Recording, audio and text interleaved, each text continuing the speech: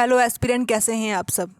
जो हमने केएस की last time revision series start की है, तो आज हम उसी के रिलेटेड ईवीएस के एमसीक्यू डिस्कस करेंगे। मतलब लास्ट टाइम रिवीजन है ये, और जो प्रीवियस ईयर क्वेश्चन पेपर हैं उनको देख के हमने ये एमसीक्यू सेट किए हैं। तो चलो स्टार्ट करते हैं हम। फर्स्ट क्वेश्चन है हमारा correct order of 3R principal. ठीक है, जो 3R प्रिंसिपल हैं उसका हमने करेक्ट ऑर्डर बताना है। ठीक, तो ये हमें कन्फ्यूज़न हो जाती है कि फ़र्स्ट कौन सा आता है, सेकंड कौन सा आता है। तो फर्स्ट आता है रिड्यूस करना, सेकंड है रीयूज़ करना, और थर्ड है रीसाइकिल करना। ठीक है, ये चीज़ें ध्यान में रखनी होती हैं। ठीक है, पहले हम रिड्यूस करेंगे, फिर रीयूज़ करेंगे, फिर रीसाइकिल करेंगे। तो यहाँ पे आपका जो करेक्ट ऑप्शन है वो सी करेक्ट हो जाता है। तो थोड़ी एक्सप्लेनेशन देख लेते हैं हम इसकी। अब ये जो तीन हैं ये किसके लिए हैं? ये जो वेस्ट है उसको डिस्पोज करने के लिए। ठीक है, वेस्ट को डिस्पोज करने के लिए, और इसको ईजिली अडॉप्ट कर सके हर कोई। ठीक, तो नेक्स्ट क्वेश्चन है हमारा। अब क्वेश्चन है हमारा कि in which year does the amendment of forest conservation of act take place. Forest conservation of act जो था उसको अमेंडमेंट कब किया गया? Very important question. और अभी जो डाटा आया हुआ है फॉरेस्ट का, उसमें हमें ये आइडेंटिफाई किया है कि पहले के कंपैरिजन में फॉरेस्ट बढ़ चुके हैं। ठीक है, तो इसका जो करेक्ट ऑप्शन है ऑप्शन बी 1988। ठीक है, 1988 में फॉरेस्ट कंजर्वेशन एक्ट को अमेंड किया था। कब? 1988 में। ये जो फैक्ट वाली चीज़ें होती हैं ये भूल जाती हैं। ठीक है, इनको 4-5 बार बोलना, रट्टा मारना थोड़ा, तो हो जाएगा लर्न। अब इसकी हम थोड़ी एक्सप्लेनेशन देख लेते हैं। अब क्यों किया था इसको अमेंड? इसको अमेंड तब किया था कि जो रिज़र्व फॉरेस्ट है, यहाँ पे ध्यान देना है कि किसके लिए बोला है कि रिज़र्व फॉरेस्ट को डिज़ाइन और प्रोटेक्ट। ठीक है, गवर्नमेंट रिज़र्व फॉरेस्ट को डिज़ाइन भी कर सके, प्रोटेक्ट भी कर सके।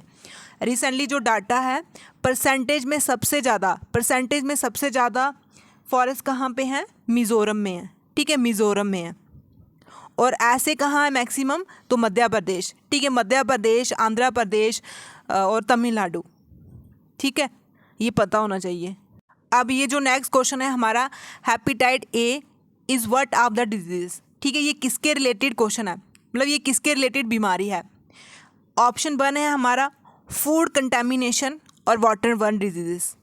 ठीक है, तो दोनों, खाना और पानी, ठीक है, दोनों से होती है ये। खाना खाओगे गंदा उससे भी होती है, पानी पियोगे गंदा तो उससे भी होती है। ऑप्शन डी हमारा करेक्ट है। ठीक, नेक्स्ट क्वेश्चन है, हमने बताना है कि जो नेचुरली हैपनिंग होता है डिज़ास्टर। ठीक है, जो नेचुरली डिज़ास्टर होता है, तो ये बड़ा आसान है, आप बता सकते हैं इसको। अर्थक्वेक, फ्लड या सुनामी। ठीक है, तो जो नेचुरली डिज़ास्टर होता है वो है फ्लड। अब इसकी हम एक्सप्लेनेशन देख लेते हैं कि नेचुरली कैसे है। ऐसे हमें अर्थक्वेक भी लगता है, लेकिन वो प्लेट के टकराने से होता है। ठीक है, तो उसका एक अलग कंसेप्ट है। अब ये नेचुरली क्यों होता है? क्योंकि जब मानसून सीज़न की इरेगुलरिटी हो जाती है। ठीक है, जो मानसून सीज़न होता है उसकी इरेगुलरिटी हो जाती है, तो उससे जो फ्लड आने के चांस होते हैं। ठीक, आजकल जो क्वेश्चन पूछ रहे हैं असर्शन और रीज़न, तो आपको क्वेश्चन का रीज़न तो पता ही होना चाहिए। ठीक है, दिनों दिन जो पेपर का लेवल है वो बढ़ रहा है। और उसके बाद अगर आपने यूपीएससी का पेपर एनालाइज किया होगा, पेपर पूरा कॉपी कर रहे हैं। लास्ट ईयर तो पूरा कॉपी किया था केएस वालों ने, उसमें इस बार तो जियोग्राफी और ईवीएस के बहुत ही ज़्यादा क्वेश्चन है। ये नहीं है कि आपने बाकी वाले कंपोनेंट को छोड़ देना है, पर इसमें ज़्यादा कॉन्सेंट्रेट करें। अब state the name of drug that is associated with the plant source of A coffee R T. ये आपको पता ही होगा कि कॉफ़ी का प्लांट सोर्स क्या होता है। ठीक है, तो ये है कैफ़ीन। ऑप्शन सी हमारा करेक्ट है। ठीक है, कैफ़ीन। तो coffee R T consist of a drug caffeine. ठीक है, कॉफ़ी और टी में कौन सा ड्रग होता है? कैफ़ीन होता है, ये पता होना चाहिए। और वो किसको इन्हांस करता है, किसकी फंक्शनिंग को इन्हांस करता है? तो ब्रेन, और उसके बाद इम्प्रूव करता है मेमोरी को। ठीक है, ब्रेन और इम्प्रूव करता है मेमोरी को। अगर ये ऐसे पूछ लें कि जो कैफ़ीन ड्रग है वो किसके लिए, मतलब किसके लिए फ़ायदेमंद है या फिर किसके काम को इन्हांस करता है, बढ़ाता है, तो वो ब्रेन और मेमोरी के लिए। अभी न्यूज़ में चल रहा है एक गांधी सागर टाइगर रिजर्व, ठीक है, गांधी सागर, ये कहाँ है? मध्य प्रदेश में। क्यों चल रहा है ये? क्योंकि यहाँ पे चीता री इंट्रोड्यूस हुए हैं और एक कूनू भी है, ठीक है, वो भी मध्य प्रदेश में, यहाँ पे भी चीता री इंट्रोड्यूस हुए हैं, ठीक है। ये दोनों पता आपने जो नेशनल पार्क है, वाइल्ड लाइफ सेंचुरी है, जो न्यूज़ में चल रही हैं उसी पे ध्यान देना है। इतनी ज़्यादा है, ये सारी नहीं कवर होगी भी तो याद नहीं रहती है।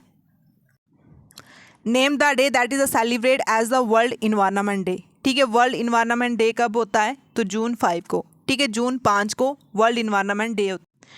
अब यूट्रोफिकेशन क्या है? ये भी प्रीवियस ईयर का क्वेश्चन है कि यूट्रोफिकेशन क्या होता है, ठीक है। अब यहाँ पे हमें पूछा है कि कौन से ऐसे फैक्टर हैं जिससे यूट्रोफिकेशन होता है। अगर आपको यूट्रोफिकेशन के बारे में पता हो, जैसे आपने पानी देखा उधर ग्रीन ग्रीन एल्गी हो जाती है, मतलब न्यूट्रिएंट ज़्यादा हो जाता है। कैसे होता है? जैसे इंडस्ट्री का वेस्ट, फर्टिलाइज़र कोई जाए, ठीक है, उससे क्या होता है कि एल्गी वगैरह बढ़ जाती है, न्यूट्रिशन बढ़ जाती है, ठीक है। तो न्यूट्रिशन बढ़ेगी तो एल्गी ज़्यादा ही होगी, उनको खाना मिलेगा, तो उसी प्रोसेस को हम बोलते हैं यूट्रोफिकेशन। तो ऑप्शन 1 हमारा क्या है? इंक्रीमेंट होना प्लांट न्यूट्रिएंट, ठीक है, प्लांट की न्यूट्रिएंट बढ़ना, और उसके बाद फर्टिलाइज़र का एक्सेसिव, ठीक है, फर्टिलाइज़र का एक्सेसिव, ये ऑप्शन दोनों ही करेक्ट है। हमारा ऑप्शन कौन सा? सी करेक्ट हो जाता है। अब नेक्स्ट क्वेश्चन है कि which activity can tend to lower the water table, ठीक है, जो वाटर टेबल है उसको लोअर करने में, मतलब उसको कम करने में कौन सी एक्टिविटी सबसे ज़्यादा है? तो ये है over extraction of ground water, जब हम ग्राउंड वाटर को नष्ट करते हैं, ठीक है, ग्राउंड वाटर को नष्ट करते हैं। ऑप्शन डी हमारा करेक्ट है। तो इसी के रिलेटेड लास्ट ईयर एक क्वेश्चन आया हुआ था कि सबसे ज़्यादा पानी कहाँ होता है? तो सबसे ज़्यादा पानी जो होता है वो पोलर रीजन, आइस कैप, ठीक है, उसमें होता है, और सेकंड नंबर पे ग्राउंड वाटर में होता है, ठीक है, स्टेटमेंट में क्वेश्चन आया था। तो ऑप्शन डी हमारा करेक्ट है। अब है जो ज्वार एज वेल एज बाजरा है, ग्रो इन रीजन हैविंग, ठीक है, ये कौन से रीजन में ग्रो की जाती है? ठीक है, कौन से रीजन में ग्रो की जाती है? तो आपको पता होगा ये ज़्यादातर राजस्थान में होती है, जहाँ पे लो अमाउंट ऑफ मॉइस्चर हो, ठीक है, जहाँ पे लो अमाउंट ऑफ मॉइस्चर हो वहाँ पे ग्रो की जाती है। तो ऐसे ये क्वेश्चन था शुगर कैन का, ठीक है, शुगर कैन का क्वेश्चन था जिसमें हाई रिटेंशन होता है पानी का। ऑप्शन बी हमारा correct. What the reason behind the blue colour of the sky, ठीक है, जो स्काई का ब्लू कलर होता है उसका क्या कारण है? ठीक है, उसका क्या कारण है? आपने अगर बिबग्यार पढ़ा होगा तो वहाँ पे 7 कलर होते हैं, ठीक है, तो उसमें एक ब्लू कलर भी आता है। तो sunlight get scatter due to the air molecule, ठीक है, तो ये स्कैटर करती है, तो जब लाइट स्कैटर करती है उस प्रोसेस को हम डिफ्रैक्शन बोलते हैं, ठीक है, डिफ्रैक्शन बोलते हैं। और कौन सा कलर ज़्यादा करती है? ब्लू कलर करती है एज़ कम्पेयर टू रेड, तभी हम बोलते हैं जो स्काई का कौन सा कलर होता है? ब्लू। अब बोला है कि सॉइल पोल्यूशन, जो सॉइल पोल्यूशन होती है उसका सबसे बड़ा कारण क्या है? तो सबसे बड़ा कारण यहाँ पे अब देखो एसिड रेन है, ओजोन है या एरोसोल है। अब अगर फर्टिलाइज़र वगैरह दिया होता तो वो भी उसका कारण है, लेकिन यहाँ पे वो ऑप्शन नहीं है, तो हमारा करेक्ट हो जाएगा एसिड रेन, ठीक है, एसिड रेन। तो एसिड रेन में जो सबसे इंपॉर्टेंट कंपोनेंट होते हैं वो कौन सा? सल्फर डाइऑक्साइड और नाइट्रोजन डाइऑक्साइड, ठीक है, सल्फ्यूरिक एसिड और नाइट्रिक एसिड, ऐसे भी बोल सकते हो। ये पूछा हुआ है, ये भी प्रीवियस ईयर में पूछा हुआ है कि एसिड रेन में कौन से कंपोनेंट है, ठीक है, तो ये सल्फ्यूरिक एसिड और नाइट्रिक एसिड, ठीक, तो ऑप्शन ए हमारा करेक्ट है। अब यहाँ पे आप देख सकते हो एक्सप्लेनेशन में थोड़ा दिया हुआ है कि जीनोबायोटिक ये कौन सा प्रोसीजर है? जीनोबायोटिक। अब यहाँ पे अगर ह्यूमन मैन मेड दे दें तो हम इजी आइडेंटिफाई कर सकते हैं, लेकिन जीनोबायोटिक देंगे तो हम बोलेंगे पता नहीं कौन सी बला आई है। तो जीनोबायोटिक का मतलब होता है मैन मेड। मैन मेड क्यों? क्योंकि जो एसिड रेन होते हैं वो ज़्यादातर केमिकल के रिलीज़ होने से होता है ना, हार्मफुल केमिकल जो इंडस्ट्री से निकलता है, तो इंडस्ट्री ह्यूमन बीइंग ही चलाते हैं, तभी हम इसको जीनोबायोटिक बोलते हैं। अब है name the instrument that is use to measure temperature, pressure as humidity numerous altitude within atmosphere. मतलब जब हम हाइट पे जाते हैं तो वहाँ पे टेम्परेचर भी, प्रेशर भी और ह्यूमिडिटी भी, तीनों को कौन मेज़र करता है? ठीक है, अब ये यहाँ पे ध्यान देना है कि एल्टीट्यूड की बात की है, हाइट की बात की है, तो इन तीनों को जो मेज़र करता है उसको हम बोलते हैं रेडियो सोनोडी, ठीक है, रेडियो सोनोडी। ऑप्शन सी हमारा करेक्ट है। अब यहाँ पे जो बैरोग्राफ है ये पर्टिकुलर सिर्फ प्रेशर को मेज़र करता है, ठीक है। ग्राफ जो है वो मेज़र को नापता है, मतलब ग्राफ दिखाता है। बैरोमीटर जो होता है वो मेज़र करता है प्रेशर को। Name the sea that is commonly refer to as an oceanic desert, ठीक है। कौन से सी को हम ओशनिक डेजर्ट बोलते हैं? Oceanic desert. तो कौन से सी को हम बोलते हैं? सारगैसो सी, ठीक है। सारगैसो सी को बोलते हैं। अब जो ये रेड सी है ये आपको पता ही होगा कि अफ्रीका और यूरोप के बीच में आता है, नहीं, सेंट्रल एशिया और किसके बीच में आता है? यूरोप के बीच में आता है, ठीक है। और उसके बाद सी ऑफ जापान, जो अब यहाँ पे एक आइलैंड भी है जिसमें जापान और चाइना की थोड़ी कन्फ्लिक्ट चल रहा है। अरेबियन सी तो इंडिया में आता है ना, वेस्ट वाली साइड। तो जो ओशनिक डेजर्ट है वो है सारगैसो सी। नेक्स्ट क्वेश्चन है कि who discover the term ecosystem? Ecosystem को किसने डिस्कवर किया? ये हमेशा क्वेश्चन भूल जाता है। तो ये है आर्थर जी टेंसले, ठीक है। आर्थर जी टेंसले ने डिस्कवर किया है किसको? कौन सी टर्म को? इकोसिस्टम की टर्म को।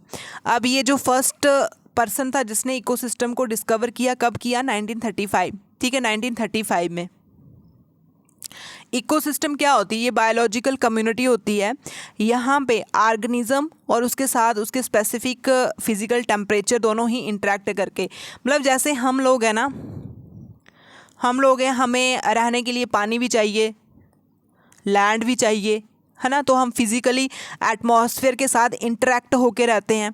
तो ऐसी जगह को, ऐसे एटमॉस्फेयर को, ऐसे जो सिस्टम होता है कम्युनिटी को हम क्या बोलते हैं? इकोसिस्टम, ठीक है। तो ये आप यहाँ पे इसकी डेफिनेशन अच्छे से देख लेना, क्योंकि स्टेटमेंट में क्वेश्चन पूछे तो उधर फिर गलती नहीं होनी चाहिए। ये बायोलॉजिकल कम्युनिटी है, ठीक। अब यहाँ पूछा है कि all species on earth with each other along the respected environment collectively. Species की बात की है तो जो स्पीशीज़ होती है वो बायोस्फीयर में होती है ना, बायोस्फीयर में होती है। और एटमॉस्फेयर में गैसेस होती है, मिक्सचर ऑफ गैसेस, ठीक है। सबसे ज़्यादा किसकी क्वांटिटी है आप कमेंट में बताना ये। और हाइड्रोस्फीयर में ओशंस वगैरह होते हैं, सी वगैरह। लिथोस्फीयर में रॉक्स होती हैं, ठीक है।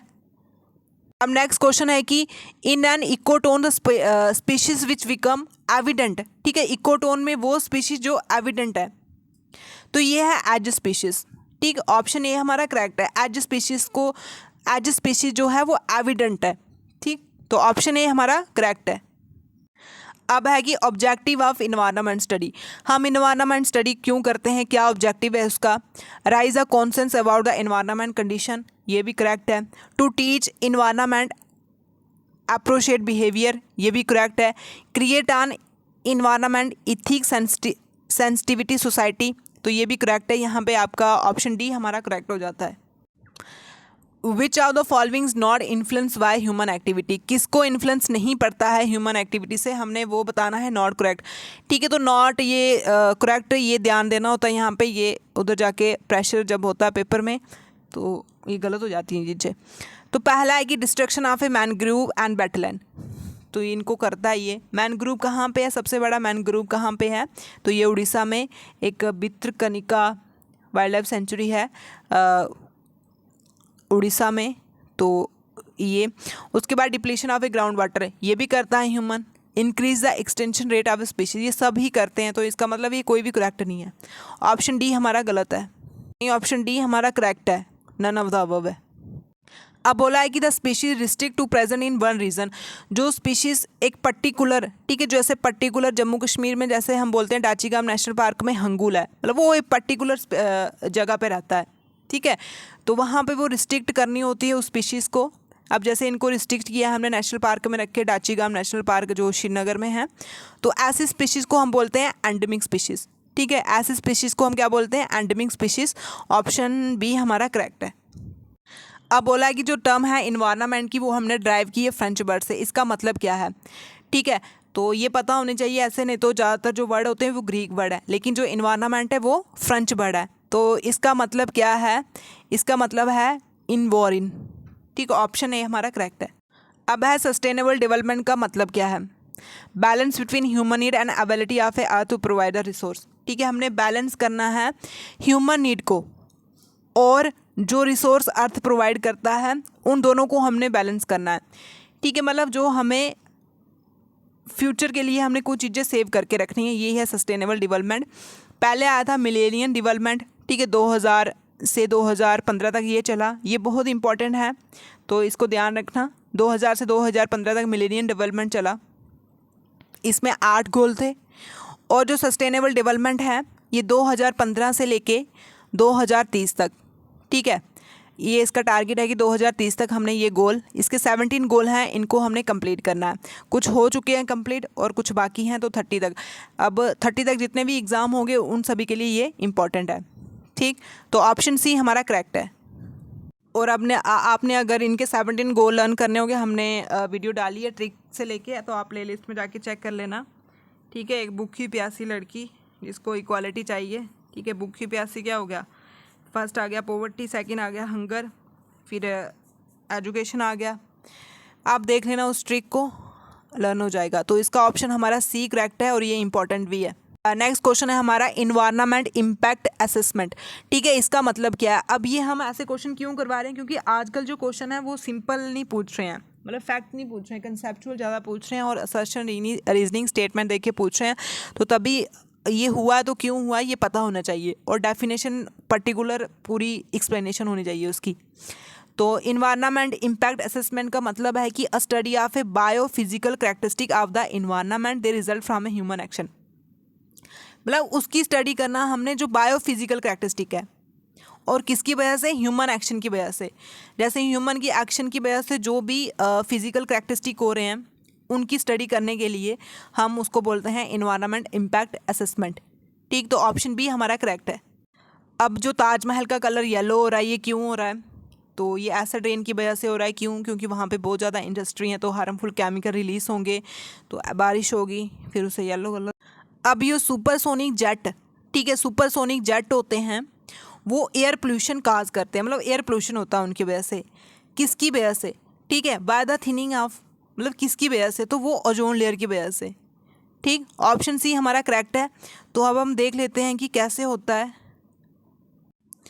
अब है कि best indicator of A sulphur dioxide pollution. ठीक है, सल्फर तो बहुत ही न्यूज़ में है, पेट्रोल से निकलता है, ये इंडस्ट्री से निकलता है।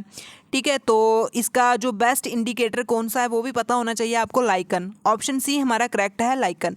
अब जो कोटो प्रोटोकॉल है, कोटो कहाँ की जगह का नाम है? जापान की, 1972 में होता है ये। तो इसका मेन कारण क्या था? इसका मेन कारण ये था कि इन्होंने कंट्री के बीच में एग्रीमेंट होता है, ठीक है, agreement among country to take step reduce global warming. ठीक है, ग्लोबल वार्मिंग को रिड्यूस करना है, कंट्री के बीच में एग्रीमेंट हुआ।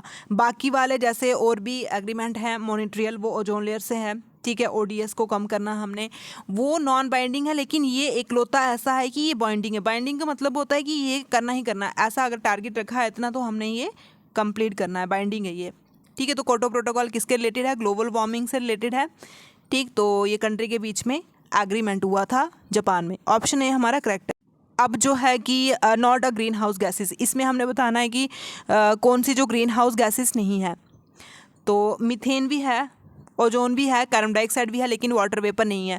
हमें लगता है कि ओजोन नहीं है, लेकिन ओजोन भी है। ठीक है, 5 गैसेस आती हैं उसमें, methane, ozone, carbon dioxide, chlorofluorocarbon. ठीक है, वाटर वेपर नहीं है। ऑप्शन सी हमारा करेक्ट। अब ये जो carrying capacity of population is determined, ये लास्ट ईयर भी क्वेश्चन आया हुआ था, तो इसमें बहुत कन्फ्यूज़न हुई थी क्योंकि उन्होंने डाला ही ऐसा था दिमाग घुमाने के लिए। ठीक है, तो carrying capacity of A population is determined, किससे हम डिटरमाइन करते हैं?